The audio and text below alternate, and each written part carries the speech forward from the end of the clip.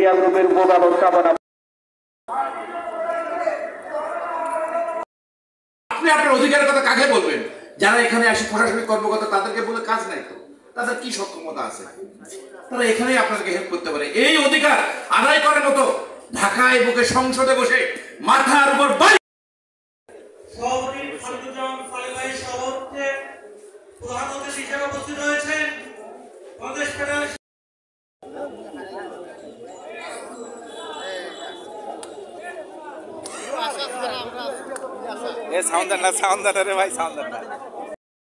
সুযোগ আছে। আজকে আমরা যাদের কথা বলি, আজকে রাষ্ট্র যাদের কথা বলেন, সেখানে সাংবাদিকদের কথা হারিয়ে যায়। আজকে আমি তাদেরকে বলতে চাই যে এই দেশে আমরা তখনই মনের মধ্যে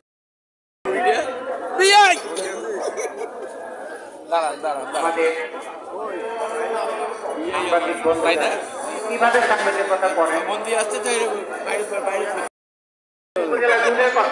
আমি তো মনে হয় আপনার কথা বলি, কিন্তু ঠিক আছে।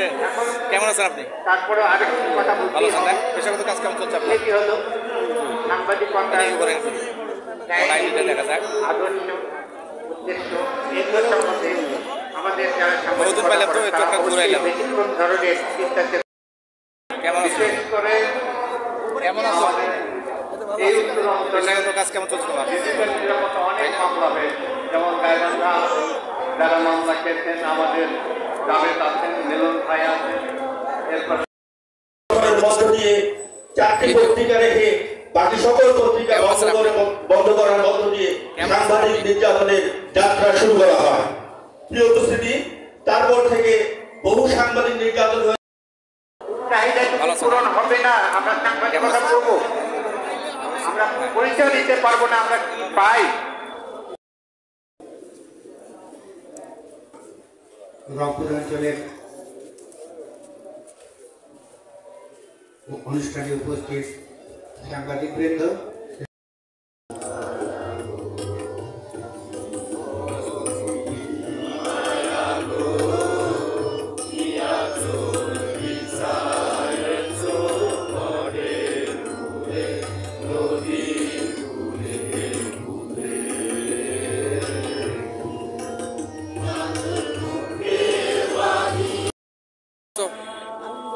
তোমার সাংবাদিক পেশা কেমন চলছে? আলহামদুলিল্লাহ। এখানে কেন তুমি? এখানে এই তো আমাদের সাংবাদিক অধিকার আদায়ের জন্য এসেছি। ওই যে বিভাগীয় সাংবাদিক সম্মেলনে আসছো, ভালো আছো না? জি ভাইয়া।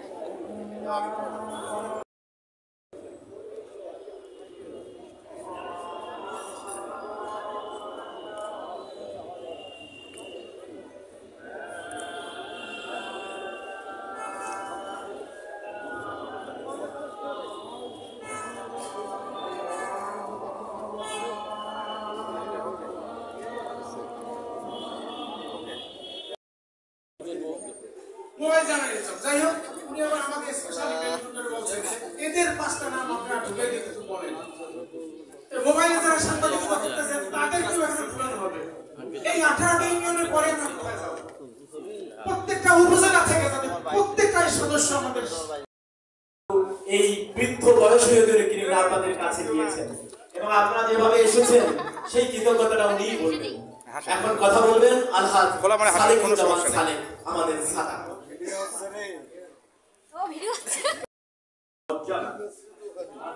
শত শহীদের রক্তের বিনিময়ে আমরা ফেসিবাদকে দাঁড়িয়েছি। এখন কেন আমাদের সাগরণী হত্যা সহ সাংবাদিক হত্যার বিচারের জন্য দাবি নিয়ে আমাদেরকে কথা বলতে হবে? এটাই সরকারের জন্য আমি লজ্জার মনে করি।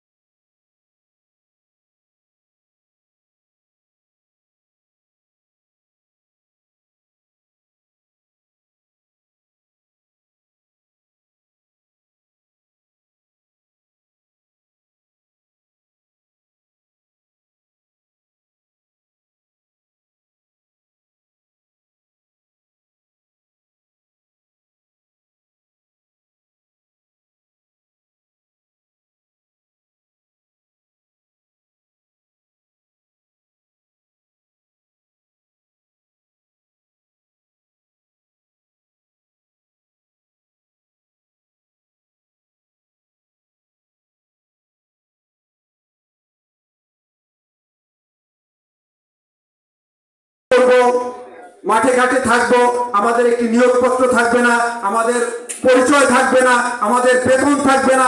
আমরা সেই বিষয়গুলো নিয়ে গণমাধ্যম সংস্কার কমিশনের সাথে বসেছি, আমরা তথ্য মন্ত্রণালয়ের সাথে বসেছি, আমরা স্পষ্ট করে বলে দিয়েছি যে একেবারে মফস্বল লেভেল পর্যন্ত সাংবাদিকদেরকে ওয়াইজ বোর্ডের আওতায় আনতে হবে। আমি সেই কথাটি আবারও বললাম যে এই দাবিটি আমরা সেখানে গিয়ে আবারও বলবো। সুতরাং আসুন, যে কথাগুলো আসছে যে আমরা সঠিক সাংবাদিক হয়ে যাতে উঠতে পারি, আমরা যাতে, আরেকটি কথা বলে শেষ করবো, আমরা যাতে কারো লেজুর বৃত্তি না করি, কারো দালালি না করি। এখানে যারা সাংবাদিকতা করতে এসেছি, আজকে রাজনৈতিক নেতৃবৃন্দ আপনাদের কাছে আসবে, রাজনৈতিক নেতৃবৃন্দকে তেল দেবার জন্য সাংবাদিকদের তাদের পিছিয়ে পিছিয়ে দৌড়ানোর কোনো দরকার নেই। সাংবাদিকদেরকে রাজনৈতিক নেতারা খুঁজবে, প্রশাসন আপনাদেরকে ফোন দিয়ে বলবে যে এখানে তথ্য আছে, নিয়ে যান। আপনারা বলে দেবেন, পরিষ্কার বলে দেবেন, যদি সঠিক তথ্য না দেন আমরা ভুল তথ্য দেবো, এই জন্য আমাদের দায়ী করতে পারবেন না। আর সেজন্য যদি আপনি সাফার হন, আমাদের কিছু করবার নাই। সুতরাং সঠিক তথ্য আপনাদেরকে দিতে বাধ্য থাকবে তারা। এজন্য বলবো যে আসুন, আমরা কারো তেলবাজি করবো না। যারা তেলবাজ তাদের সাংবাদিকতার দরকার নাই, যারা দালালি করবেন তাদের সাংবাদিকতার দরকার নাই, আর যারা সাংবাদিক তাদের দালালি করবার কোনো প্রয়োজন নাই। তাদের কাছে এমনি আপনাদের পিছিয়ে পিছিয়ে ঘুরবে। সুতরাং আমাদের সাংবাদিকদেরকে সেই সম্মানের জায়গায় নিয়ে যাওয়ার জন্য আমাদের ভূমিকা অনেক। সুতরাং সেই জায়গায় আমাদের নিজেদেরকে স্থাপন করতে হবে। সেই প্রত্যাশা আপনাদের কাছে রেখে আপনাদেরকে আবারও আমার কথাগুলো শুনবার জন্য ধন্যবাদ জানিয়ে আমি আর লম্বা না করে সবাইকে ঢাকা সাংবাদিক ইউনিয়নের পক্ষ থেকে আবারও ধন্যবাদ জানিয়ে আমি আমার বক্তব্য শেষ করছি। আসসালামু আলাইকুম ওয়া রাহমাতুল্লাহ। সেই আওয়ামী ঠ্যাঙ্গারা বাহিনী পুলিশ না, অত্যন্ত মেধাবী চৌকস পুলিশ অফিসার, যার বক্তব্যের মাধ্যমে তার কি পরিমাণ দেশপ্রেম সেটা আপনারা অনুভব করেছেন। ডিআইজি আমিনুল ইসলাম, আজকের অনুষ্ঠানের সঞ্চালক, অত্যন্ত মেধাবী সাংবাদিক সংগঠক সরকার মাজহারুল মান্নান সহ সাংবাদিক নেতৃবৃন্দ, উত্তরাঞ্চলের বিভিন্ন জেলা থেকে আসা প্রিয় সহকর্মীবৃন্দ, আসসালামু আলাইকুম। আমি প্রথমেই একটা সুন্দর আয়োজনের জন্য সারা উত্তরবঙ্গের সাংবাদিক এক জায়গায় এক সামিয়ানা তলে সমবেত করার জন্য, আমি ঢাকার বাইরে অনেক জায়গায় আমরা সমাবেশ করি বিভিন্ন জেলা দিয়ে, এত বড় সমাবেশ সব সাংবাদিকদের নিয়ে, এত সুন্দর সমাবেশ, সুশৃঙ্খল সমাবেশ আমি আর দেখিনি। এই জন্য আমরা আমাদের রংপুরের সভাপতি সাধারণ সমাজ কর্মকর্তাদেরকে একটা জোরে হাততালি দিয়ে আমরা একটা অভিবাদন জানাই। রংপুরকে আমরা বরাবর মনে করতাম স্বৈরাচার এবং ফ্যাসিস্টদের এলাকা, কিন্তু দুর্ভাগ্যজনক, তবে এটা যা সত্য যে আমাদের এই ধারণা চিন্তা যে ভুল ছিল সেটা আবু সাঈদ,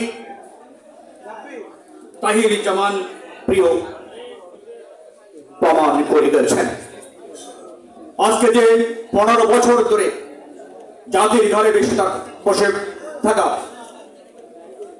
যে পাথরটি ফেসিবাদের, সেই পাথরটি সরানোর জন্য সবচেয়ে মোক্ষম কাজটি করেছেন আবু সাঈদ, যিনি এই রংপুরেরই কৃতি সন্তান।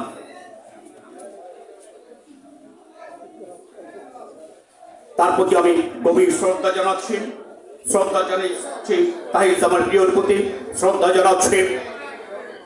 আমাদের যে 5 জন সাংবাদিক অকাতরে জীবন দিয়েছেন গণতন্ত্রের জন্য, দেশমাতৃকার জন্য, তাদেরকে স্মরণ করছি। জুলাই আগস্টের বিপ্লবের শহীদদেরকে স্মরণ করছি। বীর মুক্তিযোদ্ধাদেরকে যারা জীবন দিয়ে দেশকে এনে দিয়েছেন। 52 ভাষা আন্দোলনের বীর শহীদদেরকে, 69-এর গণ অভ্যুত্থানের বীর শহীদদেরকে, 90-এর